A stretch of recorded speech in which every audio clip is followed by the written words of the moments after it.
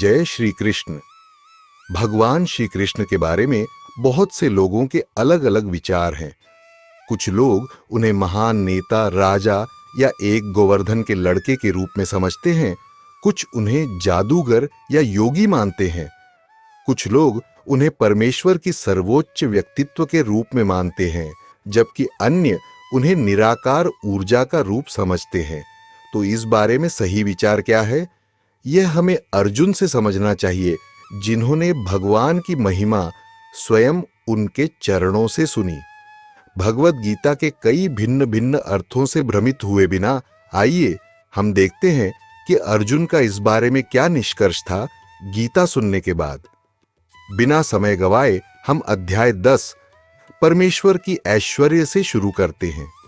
अगर आप हमारे YouTube चैनल पर नए हैं तो चैनल को सब्सक्राइब और वीडियो को लाइक कर दें। भगवान ने कहा, प्रिय मित्र अर्जुन, फिर से मेरी परम बात सुनो, जो तुम्हारे भले के लिए है और जो तुम्हें महान आनंद देगा। इस श्लोक में महत्वपूर्ण शब्द प्रिय है, क्योंकि अर्जुन भगवान कृष्ण के बहुत प्रिय हैं। इसी कारण से यह ज्ञान उन्हें दिया जा रहा है। इस ज्ञान को समझने के लिए यह आवश्यक है कि व्यक्ति ईर्ष्या न करे, कृष्ण के प्रति भक्ति पूर्वक हो, कृष्ण के मित्र हो और कृष्ण के प्रति बहुत प्रिय हो, तब यह ज्ञान प्रकट हो। अब सवाल यह आता है कि कृष्ण के प्रति प्रिय कैसे बने। इसके लिए भगवान कृष्ण ने पहले ही कहा है कि जो भक्त मुझे प्रिय होते हैं वे सबसे खास होते हैं, और गीता के अंतिम भाग में कृष्ण यही ज्ञान दोहराते हैं। कृष्ण कहते हैं, जो गीता का गुप्त ज्ञान दूसरों को समझाता है वह मेरे लिए सबसे प्रिय होता है। गीता को समझने का गुप्त रहस्य यही है कि कृष्ण के प्रति प्रिय बने और दूसरों को यह ज्ञान दे। जब हम यह ज्ञान समझते हुए दूसरों तक पहुंचाते हैं तो हम कृष्ण के सबसे प्रिय भक्त बनते हैं और हमारा आध्यात्मिक जीवन सिद्धि को प्राप्त करता है। भगवान कृष्ण कहते हैं, न देवता और न महान ऋषि भी मेरे उत्पत्ति को नहीं समझ पाते, क्योंकि मैं ही उनके स्रोत हूं।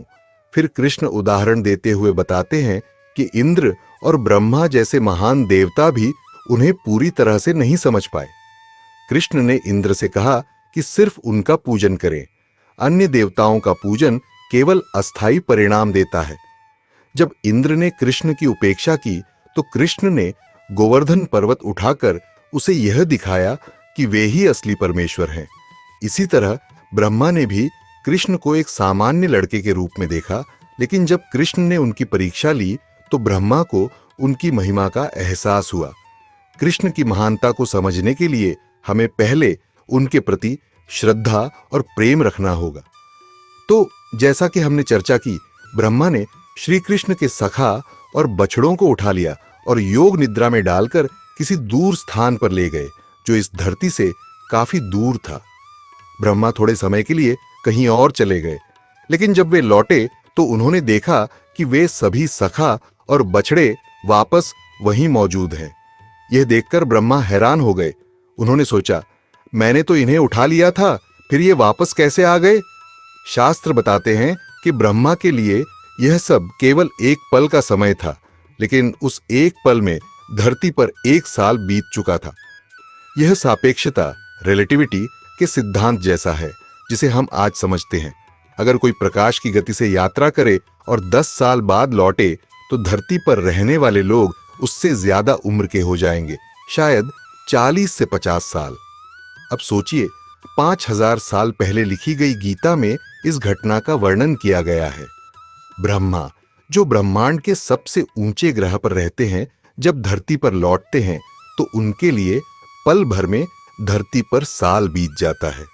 यह कोई कल्पना नहीं है, बल्कि एक वैज्ञानिक घटना है। आज हम इसे बेहतर समझ सकते हैं, लेकिन तब भी इसे शास्त्रों में लिखा गया था। ब्रह्मा, जो इस ब्रह्मांड के सृष्टिकर्ता हैं, जिन्होंने वेदों का ज्ञान दिया है, वे भी श्री कृष्ण को पूरी तरह समझ नहीं सके। ब्रह्मा, जो सबसे बुद्धिमान माने जाते हैं, श्री कृष्ण की महिमा को समझने में असमर्थ रहे। इसका कारण यह है कि हमारा शरीर, मन और हर चीज श्री कृष्ण द्वारा बनाई गई है। अगर श्री कृष्ण चाहें तो ही हमें उनका ज्ञान प्राप्त हो सकता है। अगर वे नहीं चाहें तो हम उन्हें नहीं जान सकते। श्री कृष्ण ने अर्जुन से कहा, देवता और अर्षि भी मुझे पूरी तरह नहीं जानते, लेकिन क्योंकि तुम मेरे प्रिय भक्त हो, मैं तुम्हें यह गुप्त ज्ञान दे रहा हूं। ब्रह्मा ने तब हाथ जोड़कर श्री कृष्ण से माफी मांगी और कहा, हे प्रभु, कृपया मुझे क्षमा करें। मैंने आपको परखने की कोशिश की। आप ही सर्वोच्च भगवान हैं। इसके बाद ब्रह्मा ने यह सिखाया कि भगवान को समझने का प्रयास तर्क और मन की कल्पना से नहीं किया जा सकता। शास्त्रों में इसे कूप मंडूक तर्क, frog in the well logic कहा गया है। एक कुएं में रहने वाला मेंढक यह कल्पना नहीं कर सकता कि शहर कैसे दिखते हैं, वहां कौन कौन से जीव जंतु रहते हैं, जैसे हाथी, बाघ, जिराफ आदि। उसी तरह हम इस छोटे से ग्रह पर रहते हैं जो ब्रह्मांड में एक धूल के कण जितना है। हमारी समझ ब्रह्मांड के बारे में सीमित है और ब्रह्मांड के सृष्टिकर्ता को समझना तो और भी कठिन है। इसलिए ब्रह्मा ने कहा कि हमें अपनी कल्पना और तर्क ज्ञान प्रक्रिया छोड़कर भगवान की कृपा से उन्हें समझने की कोशिश करनी चाहिए। जैसे एक कुत्ता कभी भी जटिल विज्ञान या गणित नहीं समझ सकता, उसी तरह हम भगवान को अपनी सीमित बुद्धि से नहीं समझ सकते। केवल भगवान स्वयं ही हमें अपना ज्ञान दे सकते हैं। तो हम क्यों अंधविश्वास करते हैं? इसे हम अपने दिमाग पर अंधविश्वास कह सकते हैं। हमें लगता है कि इस दिमाग से हम दुनिया की हर बात समझ सकते हैं। असल में यही अंधविश्वास है। हम अपने दिमाग पर भरोसा करते हैं कि इसके जरिए सब कुछ समझ लेंगे।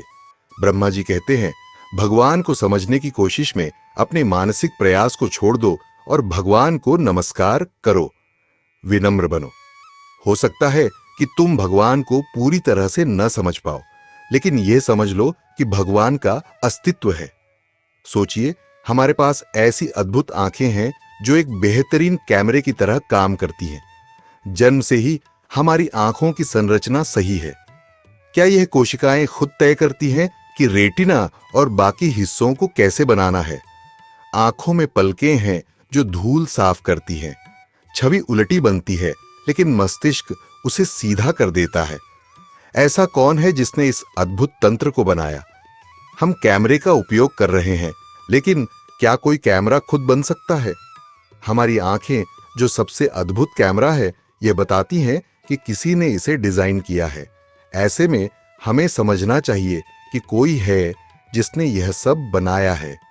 इसलिए हमें विनम्र होकर भगवान को प्रणाम करना चाहिए। ब्रह्मा जी कहते हैं, विनम्र बनो और अपनी जीवन यात्रा आत्म साक्षात्कार करने वाले महापुरुषों की दिशा में चलाओ। मन, शरीर और वाणी से भगवान कृष्ण के प्रति पूर्ण समर्पण करो। उनसे पूछो कि आपके लिए सबसे अच्छा क्या है और सच्चा सुख कैसे पाना है। भगवान कृष्ण कहते हैं कि जब हम पूरी तरह से उनके प्रति समर्पित होते हैं और उनकी बातों को ध्यान से सुनते हैं, तो ज्ञान स्वतः प्रकट होता है। उनके भक्त जो भगवान के प्रति प्रेम रखते हैं, उन्हें अपने प्रेम के कारण भगवान भी जीतने देते हैं। कृष्ण के बारे में पूर्ण ज्ञान तभी प्राप्त हो सकता है जब हम पूरी तरह से उनके प्रति समर्पित हो जाएं और उनके द्वारा दिए गए ज्ञान को सुने। अन्यथा यहां तक कि देवता और महान अर्षि भी कृष्ण को पूरी तरह से नहीं समझ पाते। भगवान कहते हैं, जो मुझे अजन्मा और अनादि के रूप में जानता है, वह सभी पापों से मुक्त हो जाता है। हम भगवान को इसलिए नहीं समझ पाते क्योंकि हमारे जीवन में पापों के प्रभाव होते हैं। कृष्ण अजन्मा और अनादि है। इसका मतलब है कि वह जन्म मृत्यु के चक्र से परे है। जब आत्मा शरीर धारण करती है तो हम इसे जन्म कहते हैं, लेकिन कृष्ण का शरीर आत्मा और पदार्थ का मिश्रण नहीं है। वे पूरी तरह से आत्मा हैं, अंदर और बाहर दोनों। उनका प्रकट होना और अप्रकट होना ही उनका जन्म और मृत्यु है। इसलिए हमें यह समझना चाहिए कि कृष्ण अनंत और सर्वश्रेष्ठ है और उनका ज्ञान ही हमें सभी बंधनों से मुक्त कर सकता है। यदि कोई यह समझे कि कृष्ण आम कृष्ण हैं जिनका जन्म नहीं होता और कृष्ण अनादि हैं जिनकी कोई उत्पत्ति नहीं है, वे सभी का स्रोत हैं, वे सभी पापों से मुक्त हैं, तो यह आध्यात्मिक सिद्धि की 9 अवस्थाएं हैं। ये चरण इस प्रकार से शुरू होते हैं। 1. श्रद्धा। अगर आप भगवद गीता को पहली बार सुन रहे हैं तो आपको यह रोचक और तार्किक लगेगा और आप इसे समझने की इच्छा रखने लगेंगे। यही श्रद्धा है। थोड़ी सी आस्था। जब व्यक्ति इस आस्था के साथ आगे बढ़ता है तो वह भक्तों से जुड़ता है और यह दूसरा चरण है। 2. सदुसंग। जब कोई साधु से जुड़ता है तो वह धीरे धीरे साधुओं के आचरण और व्यवहार को अपनाता है, जिसे भजन कहा जाता है। व्यक्ति आध्यात्मिक गुरु से दीक्षा लेता है, जिसका मतलब है कि वह गुरु को अपने मार्गदर्शक के रूप में स्वीकार करता है और फिर भक्ति जीवन की शुरुआत करता है। दीक्षा ही असल में आध्यात्मिक जीवन की शुरुआत होती है। उससे पहले यह सब तैयारी का समय होता है। 3. अनार्था निवृत्ति। जब व्यक्ति दीक्षा प्राप्त करता है तो वह अनावश्यक आदतों से मुक्त हो जाता है। अनार्जिता का मतलब है वे सभी आदतें जो हमें आध्यात्मिक उन्नति की ओर नहीं ले जाती, जैसे मांसाहार, मदिरा, जुआ और अवैध संबंध। इन आदतों से मुक्त होकर व्यक्ति एक नई स्थिति में पहुंचता है। 4. निष्ठा। जब व्यक्ति अपनी आस्था को मजबूत कर लेता है तो वह ब्रह्म है। अन्य कल्याण कार्य शरीर से संबंधित होते हैं और प्रकृति अपने तरीके से उनका ध्यान रखती है। लेकिन अगर हम कृष्ण की भक्ति का प्रचार करते हैं तो हम लोगों को अनंत दुखों से बचा सकते हैं।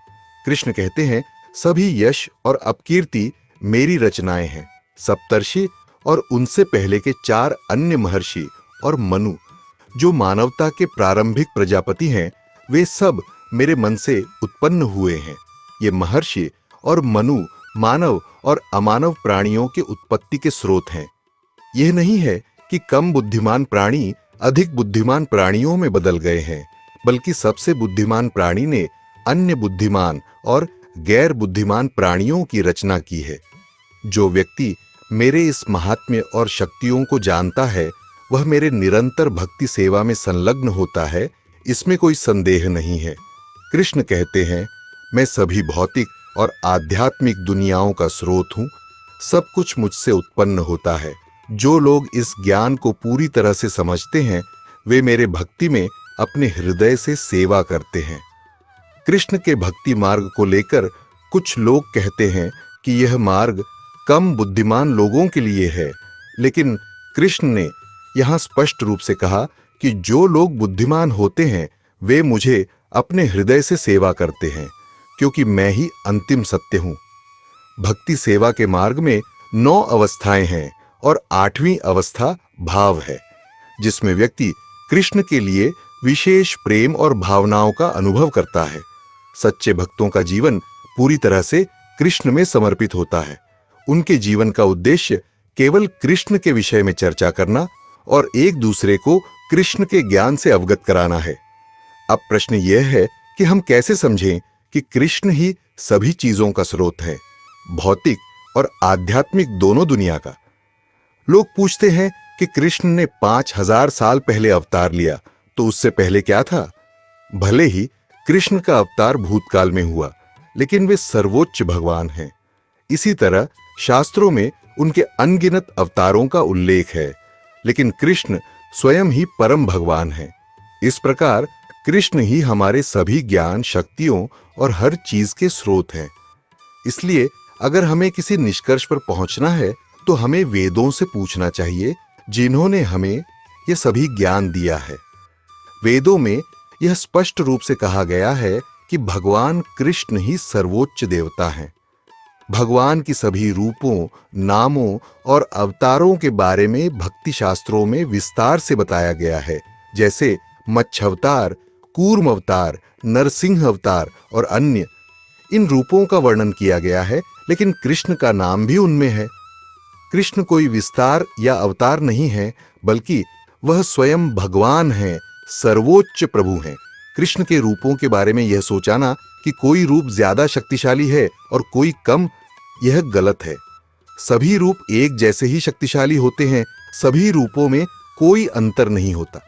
जैसे एक दीपक से कई दीपक जलाए जा सकते हैं और सभी में समान प्रकाश होगा, वैसे ही भगवान कृष्ण के सभी रूप एक जैसे होते हैं, लेकिन वह मूल रूप से भगवान कृष्ण से ही आते हैं। भगवान विष्णु के भी कई रूप होते हैं और इन रूपों का विस्तार भगवान कृष्ण से होता है। ब्रह्मा जी भी कृष्ण को सर्वोच्च भगवान मानते हैं और उनका सच्चा सम्मान करते हैं। कुछ लोग ये कहते हैं कि भगवान कृष्ण विष्णु से उत्पन्न होते हैं, लेकिन वेदों की समझ ये है कि भगवान कृष्ण ही सभी रूपों के स्रोत हैं। विष्णु के 3 रूप होते हैं जो भौतिक और आध्यात्मिक दुनिया में सक्रिय रहते हैं। जब भी इस दुनिया में कोई विघ्न आता है, भगवान विष्णु अवतार लेते हैं और अपनी कृपा से सभी जीवों की रक्षा करते हैं। भगवान कृष्ण का अवतार श्रीधर विष्णु से होता है और वे सभी रूपों में प्रकट होते हैं। इस तथ्य को वेदों में वर्णित किया गया है कि भगवान विष्णु के शरीर पर 2 बाल होते हैं, एक काले और एक सफेद, जो कृष्ण और बलराम के रूप में प्रकट होते हैं।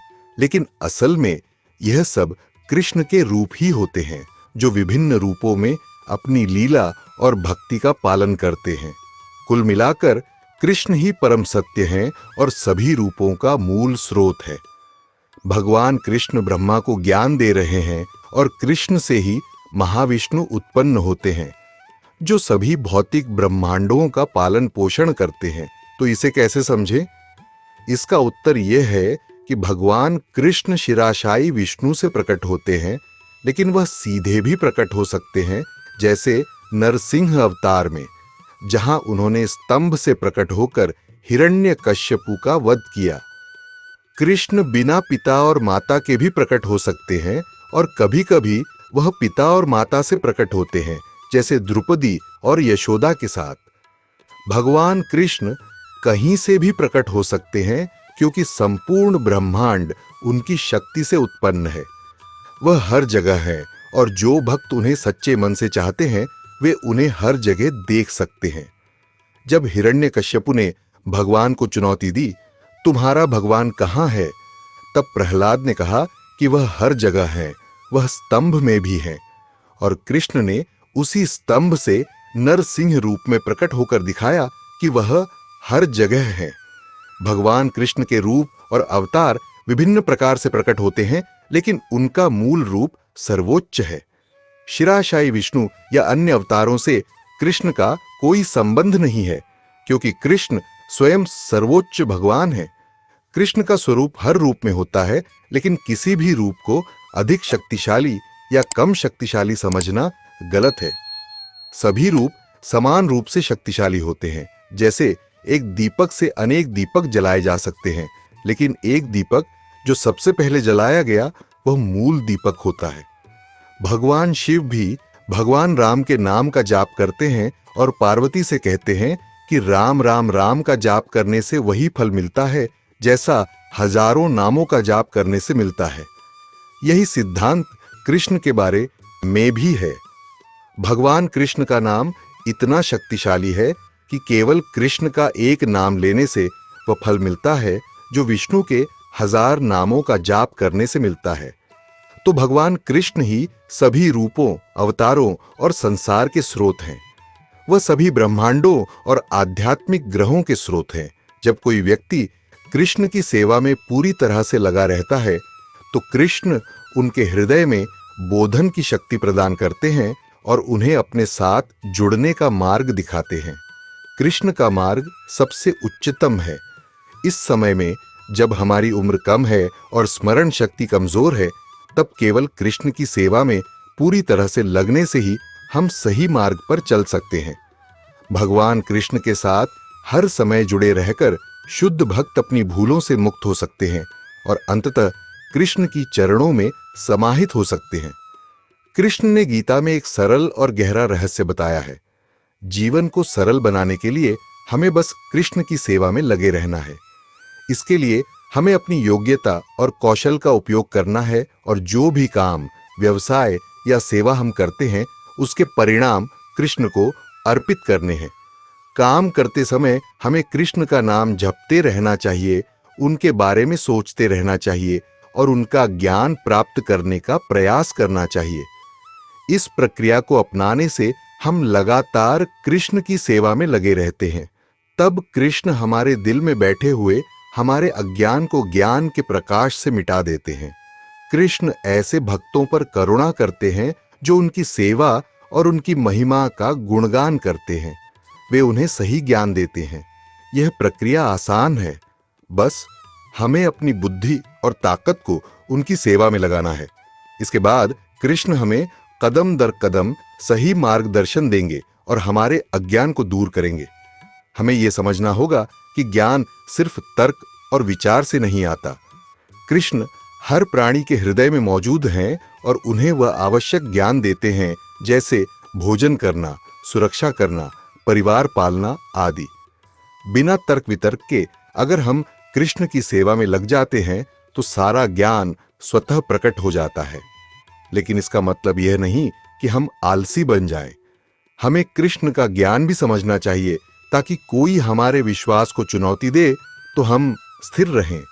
अर्जुन ने कहा, हे कृष्ण, आप परम ब्रह्म, परम धाम और परम शुद्ध हैं। आप अनादि और सबके आधार हैं। बड़े बड़े ऋषि जैसे नारद, अष्टदृश्य और व्यास भी आपकी महिमा गाते हैं और अब आप खुद इसे मुझे बता रहे हैं। कृष्ण परम ब्रह्म है। हम सभी ब्रह्म के छोटे छोटे कण हैं, लेकिन कृष्ण अनंत ब्रह्म है। सब कुछ उन्हीं पर टिका है।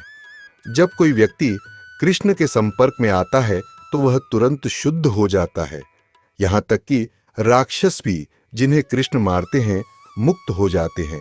हमारी समस्याओं की जड़ वासना क्रोध और लोभ है। जब हम कृष्ण के संपर्क में आते हैं, विशेष रूप से उनका नाम जपते हैं, तो हमारा मन और शरीर शुद्ध हो जाते हैं। कृष्ण के नाम में उनकी सारी शक्तियां मौजूद हैं।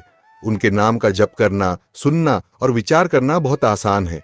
यह हमारे जीवन को शुद्ध और आनंदमय बना देता है। जैसे लोहे की छड़ आग के संपर्क में आकर गर्म और अग्नि समान हो जाती है, वैसे ही हमारा मन और शरीर शुद्ध होकर आध्यात्मिक हो जाते हैं। कृष्ण शाश्वत हैं और उनके संपर्क से हमें आनंद, शाश्वत जीवन और असीमित सुख का अनुभव होता है। यही कृष्ण का महान रहस्य है। अर्जुन भगवद गीता के सबसे अच्छे छात्र हैं और हमें उनके निष्कर्ष को स्वीकार करना चाहिए। अर्जुन ने कहा कि कृष्ण शाश्वत परम पुरुष हैं जो कभी जन्म नहीं लेते और न कभी मरते हैं। हमें ऐसा क्यों लगता है कि व्यक्ति जन्म लेते और मरते हैं?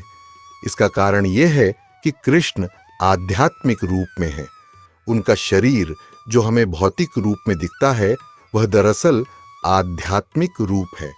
अर्जुन ये नहीं कह रहे हैं कि वे अपने मित्र होने के नाते कृष्ण की महिमा गा रहे हैं। वह कह रहे हैं कि महान ऋषियों जैसे नारद, व्यास और अन्य सबने यही सत्य कहा है कि कृष्ण परम ब्रह्मा, परम धाम और हर चीज के स्रोत हैं। कृष्ण के बारे में यह ज्ञान हर प्रमाणित आशी ने स्वीकार किया है। अर्जुन ने जो समझा वही हम भी समझ सकते हैं। कृष्ण ने खुद गीता में कहा है कि वे परम भगवान हैं, तो फिर हमें समय बर्बाद करने की बजाय इस सत्य को स्वीकार कर लेना चाहिए और कृष्ण की सेवा में लग जाना चाहिए। भक्ति योग, बुद्धि योग का पालन करना हमारे लिए सबसे अच्छा रास्ता है और इसमें कोई हानि नहीं है। कृष्ण का नाम जपना और उनकी सेवा में लगना यही सर्वोत्तम तरीका है।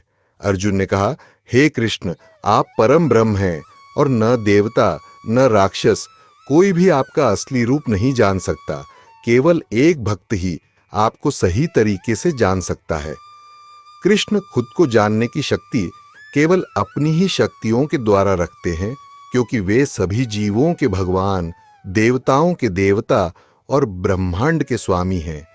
अर्जुन ने कृष्ण से निवेदन किया कि वे अपनी दिव्य शक्तियों और रूपों को विस्तार से बताएं। अर्जुन यह जानना चाहते हैं कि कैसे साधारण लोग जो भौतिकता में फंसे हुए हैं, कृष्ण के रूपों पर ध्यान लगा सकते हैं।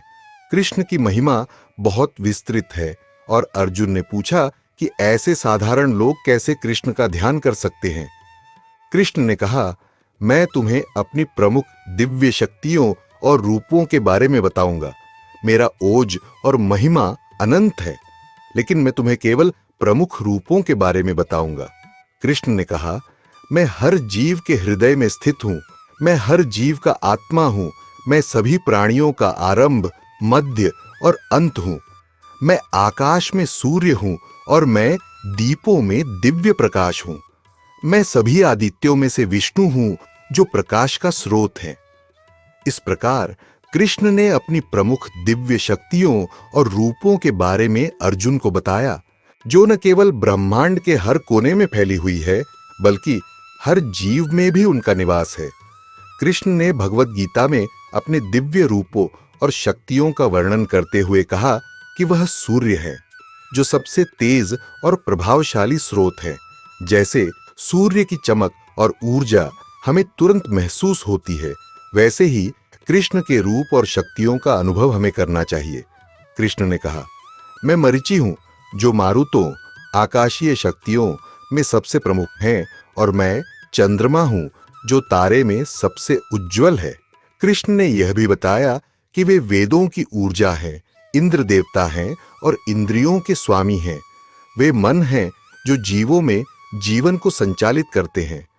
रुद्रों के स्वामी हैं, जिनमें से भगवान शिव सबसे प्रमुख हैं।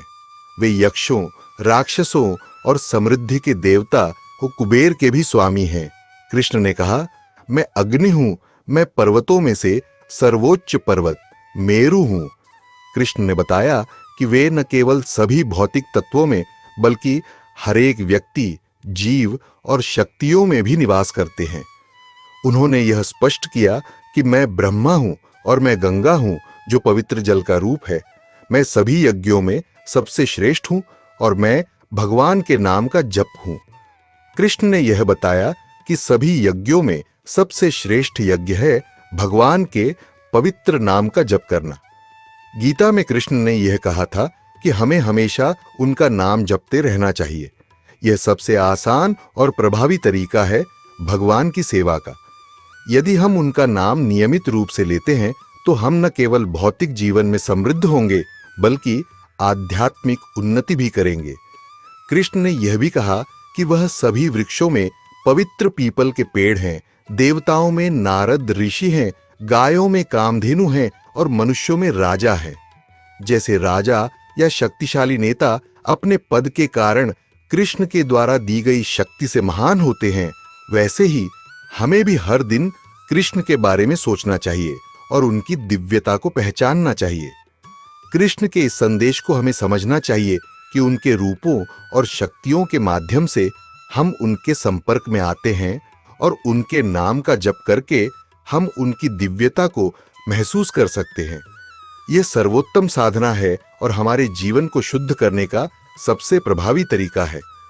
कृष्ण भगवत गीता में अपने अनंत रूपों और शक्तियों का वर्णन करते हुए कहते हैं कि वे न केवल आकाशीय देवताओं और शक्तियों के रूप में हैं, बल्कि पृथ्वी पर भी हर प्रकट रूप में उनका दिव्य प्रभाव है।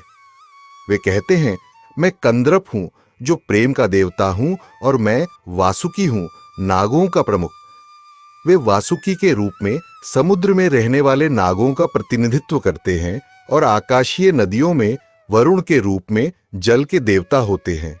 वे यम के रूप में मृत्यु के देवता हैं और वे समय के रूप में सभी प्राणी मात्र के जीवन में प्रभाव डालते हैं। कृष्ण ने यह भी बताया कि वे शक्तिशाली जीवों जैसे शेर और पंखों वाले प्राणियों जैसे गरुड़ के रूप में भी प्रकट होते हैं। वे कहते हैं, मैं पवित्र गंगा हूं, जो सभी नदियों में सर्वश्रेष्ठ है। वे समय के रूप में सब कुछ का विनाश और पुनर्निर्माण करते हैं। भगवान कृष्ण का यह वचन है कि वे सभी ज्ञानेश्वरियों में सर्वोच्च ज्ञान के रूप में हैं। वे कहते हैं, मैं अ हूं, जो सभी वर्णों में पहला अक्षर है, और मैं द्वय हूं, जो शब्दों के संयुक्त रूप में है। वे ब्रह्मा के रूप में सृष्टि के निर्माता होते हैं और मृत्यु के रूप में समस्त संसार का अंत करते हैं। कृष्ण ने यह भी बताया कि वे महिलाओं में प्रसिद्ध, धैर्य, बुद्धिमत्ता और सत्यता के रूप में प्रकट होते हैं। वे कहते हैं, जो शक्ति, विजय, साहस और उत्साह आप देखते हैं, वह मेरी ही शक्ति का प्रतीक है। जब हम किसी भी सुंदरता या महानता का अनुभव करते हैं, जैसे कोई फूल या सूरज की रोशनी, तो हमें यह समझना चाहिए कि यह सभी कृष्ण की शक्ति और दिव्यता का रूप है। कृष्ण ने कहा, जो सुंदर, अद्भुत और शक्तिशाली रचनाएं आप देखते हैं, वे मेरे दिव्य आभा का केवल एक छोटे से भाग हैं। अंत में कृष्ण ने यह स्पष्ट किया कि उनके अनंत रूपों और शक्तियों की कोई सीमा नहीं है और वे हर रूप में, हर तत्व में और हर प्राणी में उपस्थित हैं। कृष्ण की उपस्थिति को महसूस करने के लिए हमें उनकी रचनाओं के प्रति श्रद्धा और समझ विकसित करनी चाहिए और उनका नाम सच्चे हृदय से जपना चाहिए, क्योंकि यही सर्वोत्तम साधना है। हमें यह सोचना चाहिए, यह भी कृष्ण की ऊर्जा है। कृष्ण अद्भुत निर्माता है। अगर हम किसी सुंदर आदमी या औरत, किसी बहुत ही शिक्षित व्यक्ति या विद्वान को देखें, तो हमें समझना चाहिए कि यह भी कृष्ण की अभिव्यक्ति है। उनका मस्तिष्क और दिमाग कृष्ण ने ही डिजाइन किया है, वरना कोई भी इतना ज्ञानी नहीं हो सकता। अगर हम कोई सुंदर कविता पढ़ें, तो हमें यह समझना चाहिए कि यह भी कृष्ण की अभिव्यक्ति है। कोई भी नई तकनीकी हमें आकर्षित करे, तो यह भी कृष्ण की बुद्धि है। कृष्ण ने कैसे इन सभी अद्भुत चीजों को बनाया है। इसलिए जो भी सुंदर और आकर्षक चीजें हैं, हमें तुरंत कृष्ण के बारे में सोचना चाहिए। इस तरह अगर हम कृष्ण के बारे में सोचना शुरू करते हैं, तो एक दिन हम इतने शुद्ध हो जाएंगे कि हम सीधे कृष्ण के बारे में सोच सकेंगे। कृष्ण अर्जुन से कहते हैं, तुम इन सभी विस्तार पूर्ण ज्ञान की बातें क्यों पूछ रहे हो? मेरे एक छोटे से अंश से मैं इस पूरे ब्रह्मांड को व्यापित और समर्थन करता हूं। कृष्ण अर्जुन को यह बता रहे हैं कि जैसे हमें कार के सभी हिस्सों को समझने की जरूरत नहीं है, हमें केवल यह जानना है कि इसे कैसे चलाना है, ताकि हम अपने लक्ष्य तक पहुंच सकें।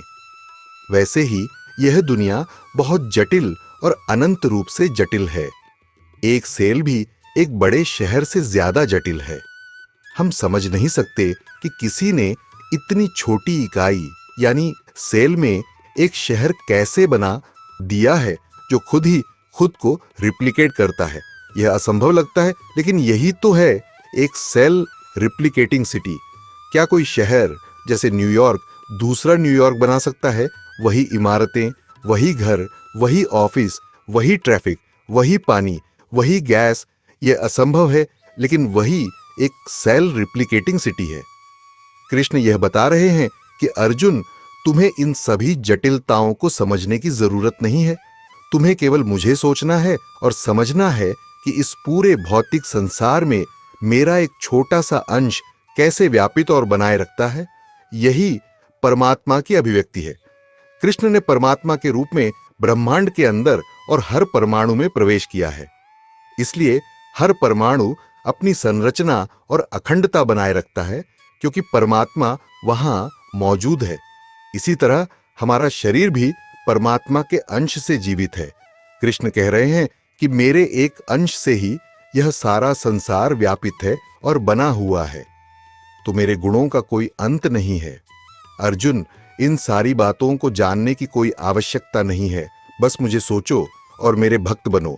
यही कारण है कि कृष्ण के इन गुणों को बताया गया है, ताकि हम कृष्ण के प्रति अपनी श्रद्धा बढ़ा सकें। जब हम किसी व्यक्ति के गुणों को समझते हैं, तो हम उस व्यक्ति के बारे में और जानना चाहते हैं, उससे मिलना चाहते हैं और उसके साथ रिश्ता बनाना चाहते हैं। अगर हम कृष्ण के गुणों और आभूषणों को समझ लें, तो कृष्ण के भक्त बनना बहुत आसान हो जाएगा, जो इस ज्ञान का उद्देश्य है। अब अगले अध्याय में अर्जुन को एक अद्वितीय दृष्टि दी जाती है, जिसमें वह पूरे ब्रह्मांड को एक जगह बैठकर देख पाते हैं, जिसमें अतीत, वर्तमान और भविष्य सब शामिल होते हैं। यह कैसे हुआ, हम अगले अध्याय में देखेंगे। धन्यवाद। कृपया हर समय हरे कृष्णा का जाप करते रहे। यदि आपका कोई भाई बंधु परेशानी, चिंतित, जीवन की समस्या से जूझ रहा हो, ये वीडियो उसे जरूर शेयर करे और वीडियो को लाइक कर दे। YouTube चैनल को सब्सक्राइब कर ले। अपना प्यार और सपोर्ट हमेशा बनाए रखें। जय श्री कृष्ण।